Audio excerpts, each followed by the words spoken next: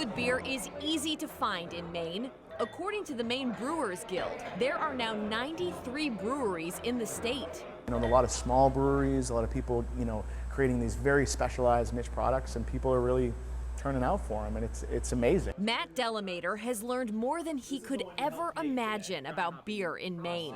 The hops, they hit you, but it's a very full flavor. Through a web series all about beer. All right, we got the touch, I feel like every time I did an episode or every time we met somebody, I learned something new. Matt is the host. All this and more on this episode of Local Brew. And once I did the show, Nate Bowman is the creator of Local Brew. this show is a blast to do. All right. Bowman created the show in 2012, fueled by his passion for video and beer. I'll be honest, personally, part of the reason for me doing the show is I wanted to get into these breweries and see what they're all about. I love this. And so the show kind of gives me a backstage pass to go into these places where most people don't get to experience. We're going up to 2.9. They started at Baxter Brewing This is like my first apartment. and did a second episode at Maine Beer Company.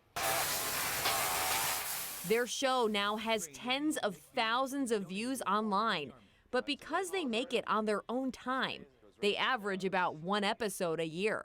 Yeah, that'll do. Good job. With day jobs and families and just kind of plugging away, trying to make as much content as we could afford the time and the sponsorships to do. Some of the breweries have grown just like their show. Do you let it fill up for a second? Yes. Yeah. All right. They filmed episode 4 at Bissell Brothers before the company moved to its new Thompson's Point location. Kids in the Woods. Oxbow? Come on. Forget about it. They're now ready to debut episode 6 at the end of the month. A behind-the-scenes look at Oxbow Brewing Company. Part of the show is getting people, I hope, to see some of these breweries, learn their stories, and then try their beer. And I think that's been successful for us. We've definitely helped people bridge that gap. And now, they'll have to figure out where they'll go next. It is hard to choose, yeah, absolutely. In Portland, Jana Barnello, CBS 13 News.